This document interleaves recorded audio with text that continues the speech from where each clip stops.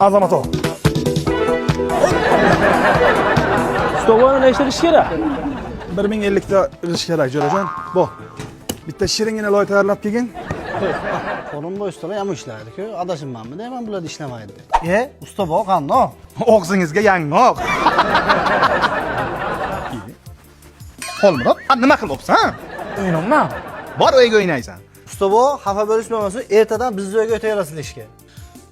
Yo, jo'rajon. Endi 50 ming dollar pul bersangiz ham biz uyingizga ishlamaymiz. Usta bu avans. Yo'q-e? Oldindan. Ha.